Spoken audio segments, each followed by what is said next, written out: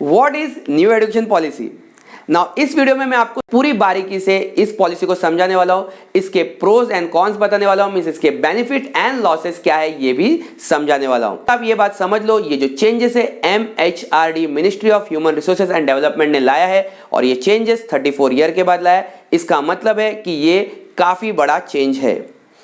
इसके बाद मैं आपको बता दूं कि इस चेंजेस को लाने के लिए सिर्फ बड़े से बड़े एजुकेशन डिपार्टमेंट का सहारा नहीं लिया गया है, छोटे से छोटे विलेज से लेके बड़े से बड़े सिटी के एजुकेशन डिपार्टमेंट को इसमें जोड़ा गया है और इस पॉलिसी को लागू किया गया है। कि सभी बच्चे एंड पेरेंट्स सबसे पहला ये जानना चाहते हैं कि व्हाट इज 5+3+3+4।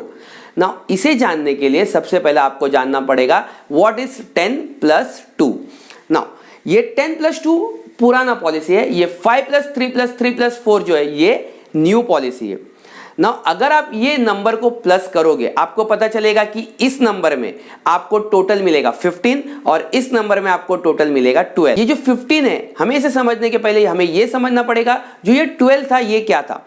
12 मतलब 12 ईयर। 12 ईयर का मतलब था कि जिस स्टेट में हम रहते थे हमें उस स्टेट गवर्नमेंट के एजुकेशन पॉलिसी के हिसाब से पढ़ाई करना पड़ता था और जैसे ही 12 खत्म हो जाता था हम किसी यूनिवर्सिटी के अंदर पढ़ाई करते थे, मतलब हम किसी यूनिवर्सिटी में चले जाते थे। अब इस 15 में क्या होने वाला है, तो 15 का मतलब ये नहीं है कि 15 साल में टोटल ग्रेजुएशन तक हमको स्टेट गवर्नमेंट अपने अंडर रखने वाली, नहीं, बिल्कुल ऐसा नहीं है। यहां पे होने क्या वाला है कि स्टेट गवर्नमेंट ने 3 कदम पीछे लिया है, मतलब नर्सरी, जूनियरी एंड सीनियरी जो ये था, अब स्टेट गवर्नमेंट इसके भी जो सिलेबस है खुद ही डिजाइन करने वाली है।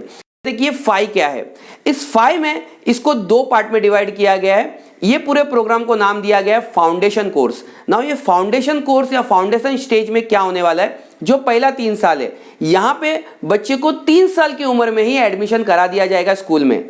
अब इसका बेनिफिट क्या है और लॉस क्या है ये मैं आपको बताता हूं। यहां पे जो बच्चे हैं पहले से ही स्कूल से अटैच्ड हो जाएंगे। इसका मतलब यह है कि जो बच्चे जिद करते थे कि मुझे स्कूल नहीं जाना है, हमें पढ़ाई नहीं करनी है, बच्चे रोते थे, अब वो आपका उंगली पकड़ेंगे और स्कूल की तरफ खींच के लेके जाएंगे, क्योंकि उन्हें स्कूल जाने में मजा आएगा, क्योंकि स्कूल में कराया जाएगा खेल कूद एंड एक्टिविटी। ना यहाँ पे फायदा क्या है, आप सोचोगे कि अगर खेल कूद और एक्टिविटी करा रहे तो मैं अपने बच्चों को स्कूल में क्यों भेजूं, घर पे क्यों ना करा लूं। नहीं, यहाँ पे ये बेनिफिट सबसे बड़ा गवर्नमेंट ने लाया।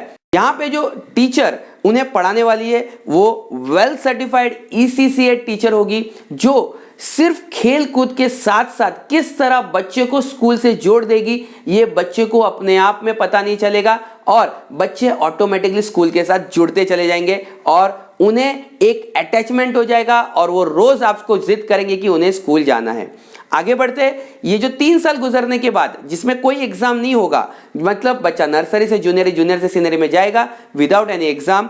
ये 5 में 3 तो आप समझ गए। अब ये 2 क्या है, 2 मतलब first and second. First and second standard में क्या होने वाला है, बच्चे को एक्टिविटी के साथ साथ पढ़ाई से हल्के से जोड़ दिया जाएगा।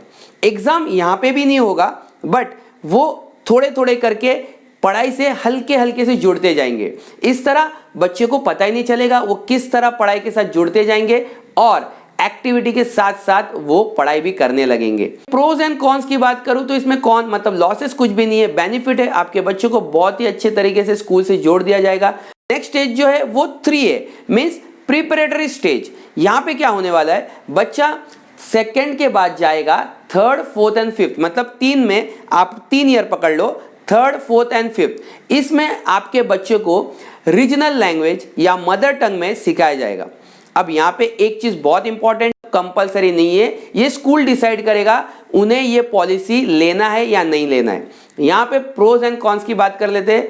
यहाँ पे प्रोज एंड कॉन्स में बैलेंस है, क्योंकि प्रोज की बात करूं तो अगर जो बच्चा रीजनल लैंग्वेज या मदर टंग में सीखेगा उसको समझ में जल्दी तो आ जाएगा, लेकिन अगर इंग्लिश में उन्हें सिखाया नहीं जाएगा तो एक लैंग्वेज बैरियर, मतलब इंग्लिश से वो दूर हो जाएगा। नाउ लैंग्वेज बैरियर एक प्रॉब्लम क्रिएट कर सकता है इन फ्यूचर, जब उन्हें जॉब चाहिए होगा तो शायद उनका इंग्लिश लैंग्वेज अच्छा ना हो और उसके कारण उन्हें जॉब ना मिले। लेकिन मैं फिर से आपको बता दूं ये कंपलसरी नहीं है, ये स्कूल के ऊपर डिपेंड करता है कि वो उसे इंग्लिश में पढ़ाएंगे या रीजनल लैंग्वेज में।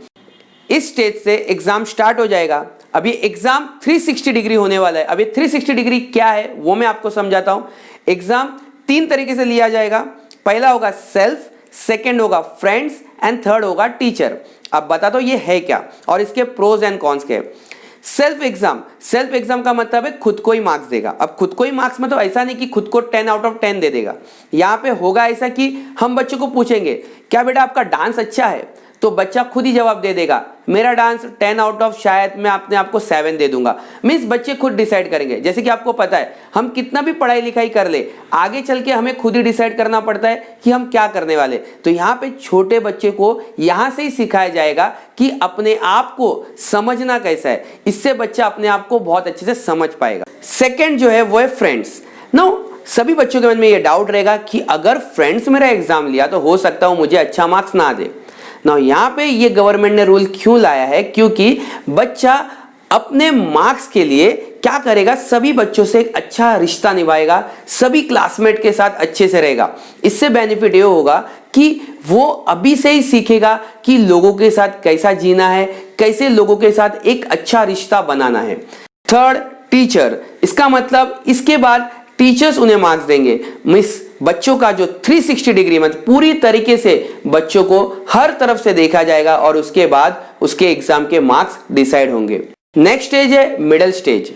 यहाँ पे एग्जाम का प्रोसीजर सब सेम होगा, बट सबसे बड़ा जो चेंजेस है उन्हें सिखाया जाएगा कोडिंग 6 स्टैंडर्ड से। यस, जो बच्चे बड़े होने के बाद ये सारी चीजें सीखते थे, अब बच्चा 6 स्टैंडर्ड से ही कोडिंग सीखना स्टार्ट कर देगा। आफ्टर कोडिंग उन्हें सिखाया जाएगा vocational course. What is vocational course? ये एक इंटर्नशिप जैसा होगा। वोकेशनल अपने आप में एक बड़ा टर्म है, इसे मैं नेक्स्ट वीडियो में बहुत अच्छे से समझाऊंगा, बट यहाँ पे शॉर्ट में समझते हैं। हमारे बच्चों को 10 डेज मतलब साल में 10 दिन बैगलेस कोर्स होगा। मतलब वहां पे बच्चों को किसी के पास सेंड किया जाएगा। जैसे कि बच्चे को अगर कारपेंटरी पसंद है उन्हें कारपेंटर के पास सेंड किया जाएगा।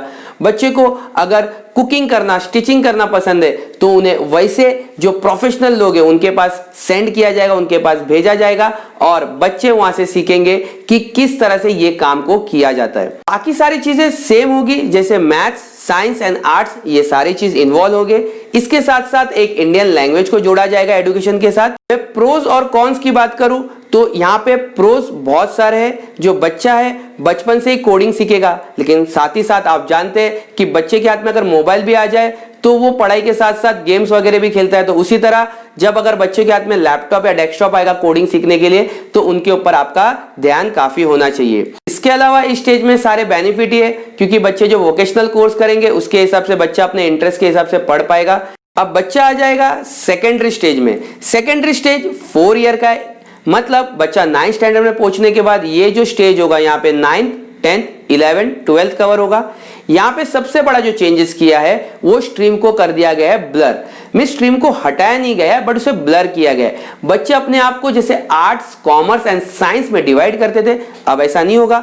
बच्चे को अगर केमिस्ट्री पसंद हो केमिस्ट्री भी ले ले, साथ ही साथ अगर उसे हिस्ट्री सीखना है तो हिस्ट्री भी सीख सकता है। इसका मतलब ऐसा नहीं होगा कि साइंस का स्टूडेंट है तो सारे सब्जेक्ट साइंस के होंगे, वो अपने हिसाब से सारे सब्जेक्ट को सिलेक्ट कर सकता है। नेक्स्ट जो चेंजेस है वो है क्रिटिकल थिंकिंग का।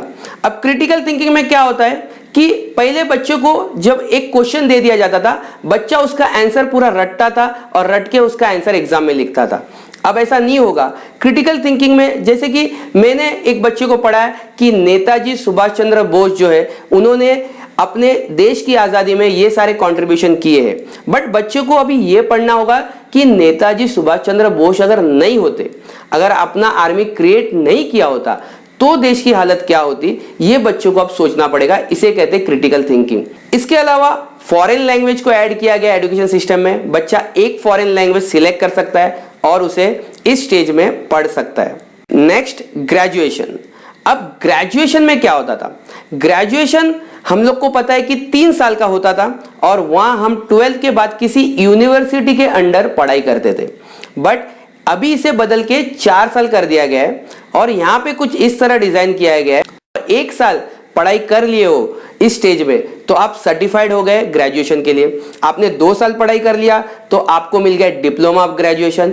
आपने 3 साल पढ़ाई कर लिया तो आपको मिल चुका है डिग्री, और आपने 4 साल पढ़ाई कर लिया तो आपने कर लिया रिसर्च ऑफ ग्रेजुएशन। ना यहाँ पे काफी बड़ा चेंजेस लाया गया है, क्योंकि पहले जो ग्रेजुएशन था वहां पे हम 3 साल कंटिन्यू पढ़ाई करते थे। इसके अलावा अगर हम बीच में कभी गैप दे दिए तो हमें फिर से स्टार्ट करना पड़ता था स्टार्टिंग से, बट यहाँ पे अब ऐसा नहीं होगा। यहाँ पे मल्टी एंट्री एंड एग्जिट है, मतलब आप 4 साल पढ़ाई करोगे और उसके बीच में कभी आपका पैसे का प्रॉब्लम हो गया या फिर आपका फैमिली प्रॉब्लम हो गया तो आप यहाँ पे बीच में निकल सकते हो और फिर से आप पढ़ाई को कंटिन्यू कर सकते हो। तो यहाँ पे मैं प्रोज एंड कॉन्स की बात करूं तो यहाँ पे प्रोज बहुत सारे हैं, क्योंकि आप बीच में से अगर पढ़ाई आपकी किसी कारण छूट जाती है आप फिर से इसे कंटिन्यू कर सकोगे। जिस लाया गया है वो है academic bank of store credit. यहाँ पे क्या होने वाला है, जैसे कि आपने सुना था कि 2 साल आपने कोर्स किया और फिर आपने गैप दे दिया और आपको फिर 2-3 साल के बाद लगा ज्वाइन करना है, तो आपके जो डिग्रीज है ये डिजिटली सेव्ड होंगे और आप फिर इस डिजिटली सेव डिग्रीज को रिटर्न लेंगे और आपके पढ़ाई को आप कंटिन्यू कर सकते हैं। Post graduation 1 year and 2 year में डिवाइड किया गया है। इसका मतलब क्या है कि अगर आपने ग्रेजुएशन 4 साल कंप्लीट किया है तो पोस्ट ग्रेजुएशन में आपको बस 1 साल करना है और आपको पोस्ट ग्रेजुएशन की डिग्री मिल जाएगी। अगर आपने ग्रेजुएशन 3 साल का किया है तो फिर आपको 2 साल का पोस्ट ग्रेजुएशन करना पड़ेगा। होप आपको ये नई पॉलिसी के बारे में सब कुछ समझ में आया होगा। मैं मिलूंगा आपको नेक्स्ट वीडियो में।